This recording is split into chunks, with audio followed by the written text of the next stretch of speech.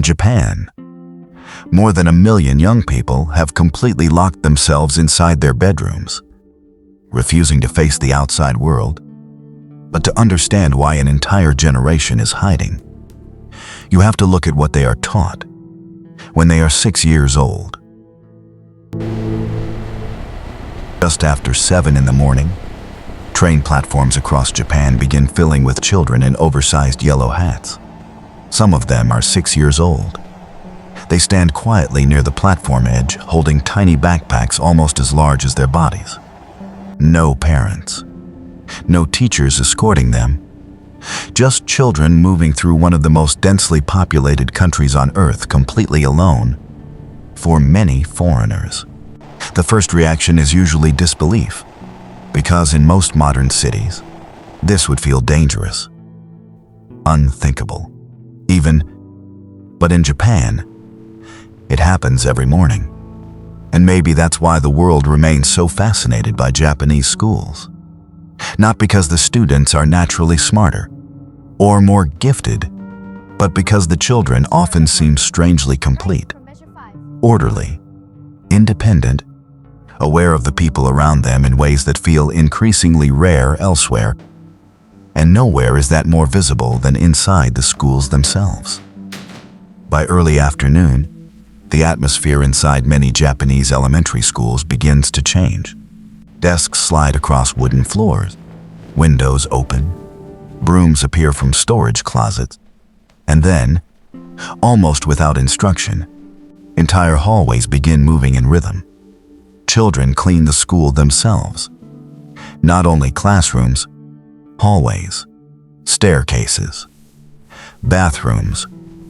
The sound of wooden brooms scraping against the floor echoes softly through the building while students wipe windows and straighten chairs with near-mechanical focus. The ritual is called osoji. And officially, it is not about saving money on janitors. It is supposed to teach responsibility. The philosophy is simple. If children clean shared spaces themselves, they learn to respect those spaces and the people using them. To outsiders, it can look almost unbelievable. In many countries, cleaning a school is punishment. In Japan, it is considered part of becoming a citizen. And the deeper you look into the system, the more intentional everything begins to feel. School lunch is not simply a lunch break. Students wear white aprons and surgical masks while serving food to classmates inside the classroom itself. Soup containers are carried carefully between desks. Milk cartons are washed and sorted for recycling afterward. Even eating becomes structured, orderly, collective. At the entrance of many schools, rows of perfectly aligned shoes sit inside small wooden lockers. Outdoor shoes come off. Indoor shoes go on. A small daily ritual separating the outside world from the social order waiting inside the classroom. And slowly, over years, these routines stop feeling like routines at all. They become instinct. In many Western countries, education is centered around the individual.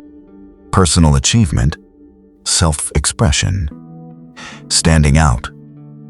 But Japanese education was built around something very different. The group. There is a concept deeply embedded into Japanese society known as wa. Harmony. From an early age, children are taught to think constantly about the people around them. Do not interrupt the group. Do not burden others unnecessarily. Do not create disorder where harmony already exists. Inside the classroom, every student becomes part of a small interdependent society. Everyone has responsibility. Everyone contributes. And when one person disrupts the balance, the entire group feels it. That philosophy produces remarkable outcomes. Japanese schools are often extraordinarily calm compared to classrooms in many other countries. Children commute independently. Public spaces remain unusually clean.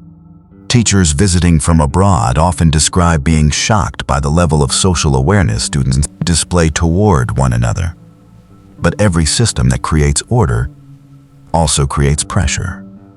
Before we look at the dark reality of Japanese schools, if you enjoy these deep dives into how the world learns, make sure to hit subscribe so you don't miss our next episode. And that pressure can begin very early. Many Japanese children grow up learning an invisible social rule: do not become difficult for the group. There is even a famous expression in Japan: the nail that sticks out gets hammered down. And nowhere does that become more visible than through bullying. In Japan, bullying is often less physical than many outsiders imagine. Sometimes it looks almost invisible. A student quietly excluded from conversations, ignored during group activities, left alone while everyone else moves together socially, not attacked directly, just slowly erased from the group itself. And in a society where belonging matters deeply, that kind of isolation can become psychologically devastating. For some students, the pressure eventually becomes unbearable. Japan has a phenomenon known as Hikikomori, young people who withdraw almost completely from society, sometimes remaining isolated inside bedrooms for months or even years.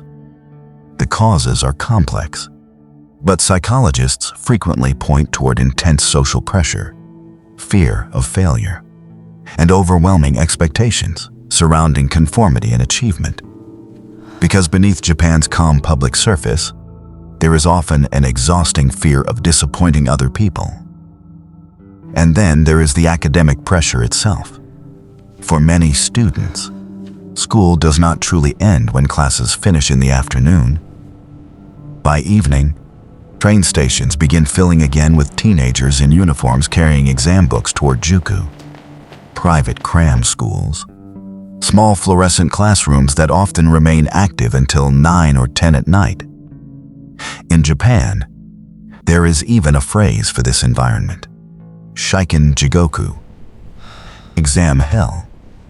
And despite Japan's global reputation for discipline and safety, the emotional consequences are becoming increasingly difficult to ignore. The country consistently ranks high in physical safety and educational stability, but concerns surrounding student anxiety, emotional isolation, absenteeism, and youth suicide continue to grow nationally. Teachers themselves are also under immense strain. Many work long hours managing lessons, club activities, administration, counseling responsibilities, and difficult parent expectations simultaneously. Some educators describe teaching as a profession built entirely around endurance.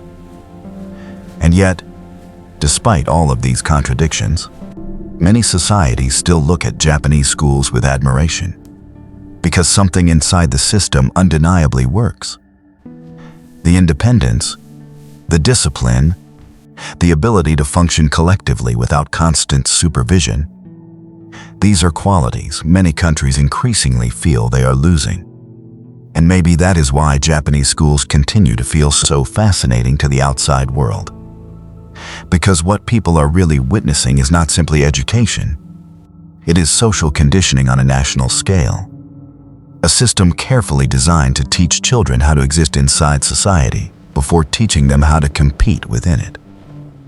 How to move together, how to avoid burdening others, how to maintain harmony even when it requires suppressing parts of yourself. And perhaps that is the uncomfortable question sitting quietly underneath the entire system.